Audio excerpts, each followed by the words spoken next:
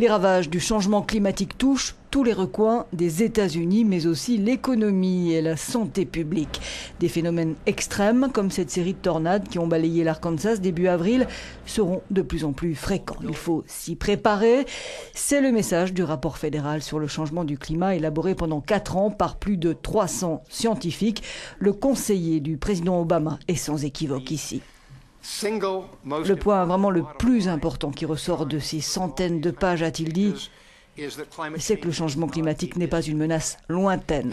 C'est quelque chose qui se passe maintenant et qui affecte le peuple américain de façon importante. L'une des conséquences les plus graves citées par le rapport, c'est l'augmentation des feux de forêt, notamment en Californie, due aux étés plus longs et plus chauds, mais aussi avec des vagues plus longue d'extrême chaleur. Et puis la sécheresse très sévère comme celle qui frappe la Californie est aussi provoquée par la hausse des températures aux États-Unis. En moyenne, elle est entre 0,8 et 1 degré de plus qu'en 1880. L'année 2012, marquée par un été très sec, suivi du dévastateur ouragan Sandy, fut la plus chaude de l'histoire du pays.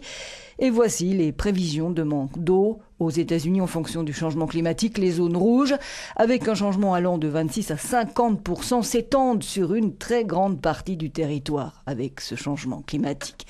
Comme cause principale du réchauffement, le rapport pointe d'abord les émissions de gaz à effet de serre, dues à la combustion de charbon pour obtenir de l'électricité, à la consommation de pétrole et de gaz des véhicules, mais aussi à la déforestation.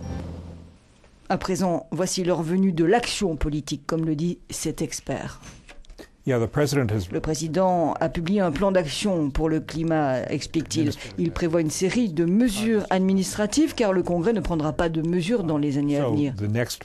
Et le plus gros point qui ressort en premier, c'est un train de mesures portant sur les centrales thermiques au charbon qui sont la première source d'émissions de gaz à effet de serre aux États-Unis.